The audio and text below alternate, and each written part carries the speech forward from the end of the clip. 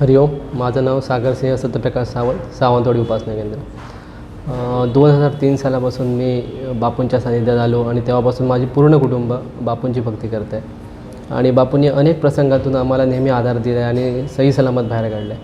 हा जो अनुभव आहे तो माझ्या भावाचा आहे. 2017मधला हा अनुभव आहे. माझ्या भावाला लहानपणापासूनच फिट्स येत होत्या, पण बापूंच्या कृपेने उपचारांनी साथ दिली आणि तो त्यातून बरा झालेला, ऑलमोस्ट बरा झालेला होता. आम्हाला तेवढं ज्ञात नव्हतं त्या फील्डमधलं, पण जेव्हा त्याला सुरुवात झाली तेव्हा आम्ही EEG वगैरे केलेलं, डॉक्टरांनी सल्ला दिला त्याप्रमाणे केलेलं. पण अचानक 2017 साली त्याला मोठ्या प्रमाणात फिट्स यायला लागल्या. आम्ही घाबरलो. 2 दिवस त्याला सतत फिट्स आल्या.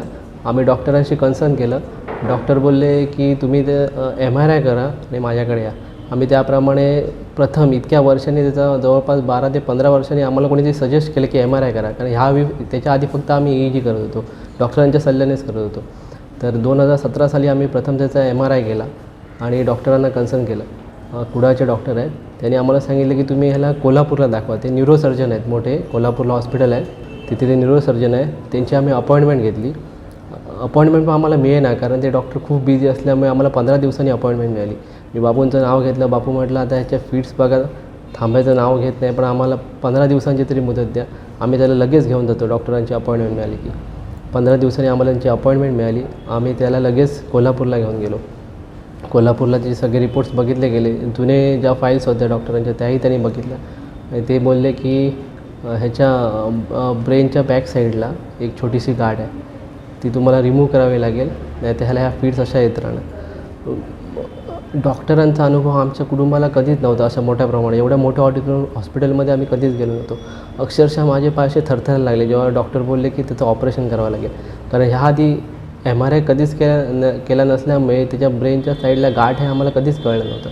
त्याचा तो वयाने लहान होता त्यावेळी. तर मी बापूंचं नाव घेतलं. डॉक्टर बोलले की तुम्हाला लगेच ह्याला ॲडमिट करावं लागेल, तुम्ही जर म्हणत असाल तर दुसऱ्या दिवशी आम्ही त्याला सर्जरीला घेतो. त्यावेळी फक्त मी आणि वडील त्या भावासोबत होतो आणि जो आम्ही इथून ड्रायव्हर नेलेला, ज्याची गाडी आम्ही केलेली, तो आमच्यासोबत होता. आम्ही त्याला त्याच दिवशी ॲडमिट केलं. त्याचे सगळे रिपोर्ट केले गेले पुन्हा, आणि त्या दिवशी त्याची सर्जरी झाली. दुसऱ्या दिवशी सर्जरी झाल्यानंतर ज्या दिवशी सर्जरी झाली त्या दिवशी पूर्ण रात्र मी फक्त बापूंचं नाव घेत होतो. बापू म्हटलं काही करा, पण माझ्या भावाला काही होऊ देऊ नका.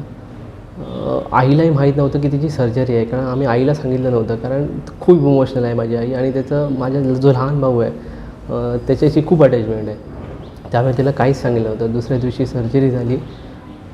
त्या दिवशी वडील माझे तिथून गेलेले, कारण त्यांना पैशाची सोय करायची होती. त्यामुळे मी एकटाच भावाबरोबर होतो आणि माझा एक काका आलेला, तो भावासोबत होता. सर्जरी झाल्यानंतर आम्ही डॉक्टरना विचारलं, डॉक्टर सगळं काही व्यवस्थित झालं ना? डॉक्टर बोलले आम्ही प्रयत्न केला आहे, कारण खूपच डेलिकेट, म्हणजे एकदम जो डेलिकेट पार्ट असतो ब्रेनच्या, त्याच्या बाजूला गाठ असल्यामुळे आम्ही प्रयत्न केला आहे जास्तीत जास्त गाठ ती, म्हणजे जे काय असेल ते रिमूव्ह करण्याचा. त्याच्यानंतर माझा भाऊ 1 दिवस पूर्ण शुद्धीत नव्हता. ICUमध्ये त्याला ॲडमिट केलेलं होतं. 4 दिवस तो ICUमध्ये होता.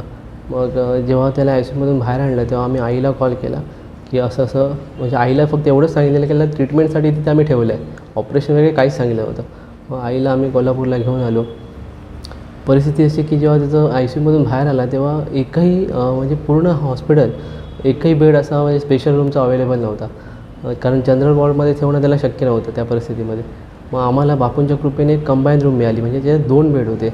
एका बेडवर आम्ही त्याला तिथे शिफ्ट केला डॉक्टरांची परमिशन घेऊन, आणि त्यावेळी त्या पेशंटसोबत एकच माणूस राहू शकेल असा तो हॉस्पिटलचा रूल असल्यामुळे कोणाला तरी एकाला तिथे थांबता येत होतं, आणि रात्रीच्या वेळी जे दुसरे रिलेटिव्ह असतील त्यांना बाहेर कुठेतरी सोय करावी लागत होती.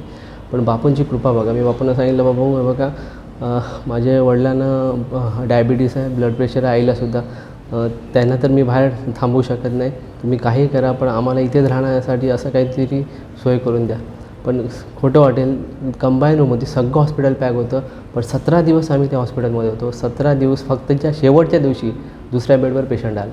3घे जण त्या भावाबरोबर 17 दिवस त्या कंबाईन रूममध्ये होतं. आम्हाला कोणीही, नर्सने ना वॉर्डबॉयने ना कुठच्या डॉक्टरने एका शब्दाने विचारलं तुम्ही ते काय करतात, कारण आम्ही जे बघत होतो की एवढं कडक होती तिथे की पेशंटसोबत एकच त्याचा रिलेटिव्ह राहू शकत होता. सगळं झालं. 17 दिवस आम्ही कसेबसे तिथे काढले.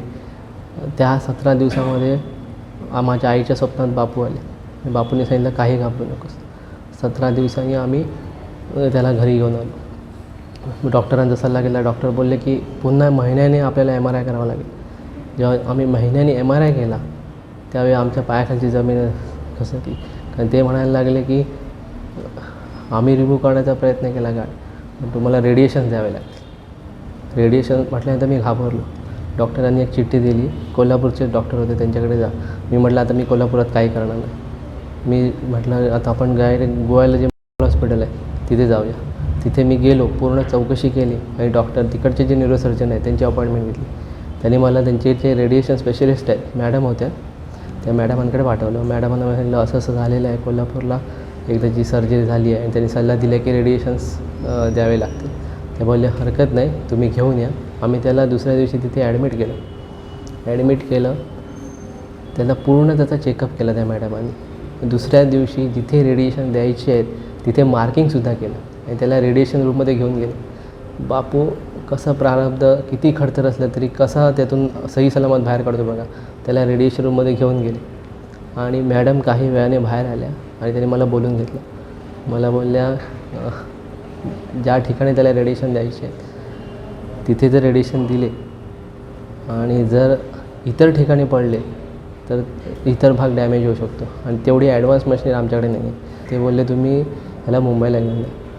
पण त्याला रेडिएशन देण्याच्या आधी जे इंजेक्शन्स देतात ते दिलेल्या होत्या. त्या मी बोलले एक रात्र तुम्हाला काढावी लागेल. ती रात्र आम्ही जी गाडी नेली त्या गाडीत मी, वडील आणि तो ड्रायव्हर त्या गाडीमध्ये आम्ही तिघे ती रात्र काढली कशी. दुसऱ्या दिवशीच्या मी तिकीट्स बुक केल्या ट्रेनच्या आणि ज्युपिटरला घेऊन गेले. डॉक्टर बोलले रेडिएशन द्यायची गरज नाही आहे त्याला. त्याने आम्हाला म्हणजे माझा मावस भाऊ आहे तो आम्हाला दुसऱ्या एका डॉक्टरांकडे घेऊन गेला, न्यूरोसर्जन. त्यांनी पूर्ण त्याचे रिपोर्ट्स चेक केले. 2017 सालची गोष्ट आहे बघा.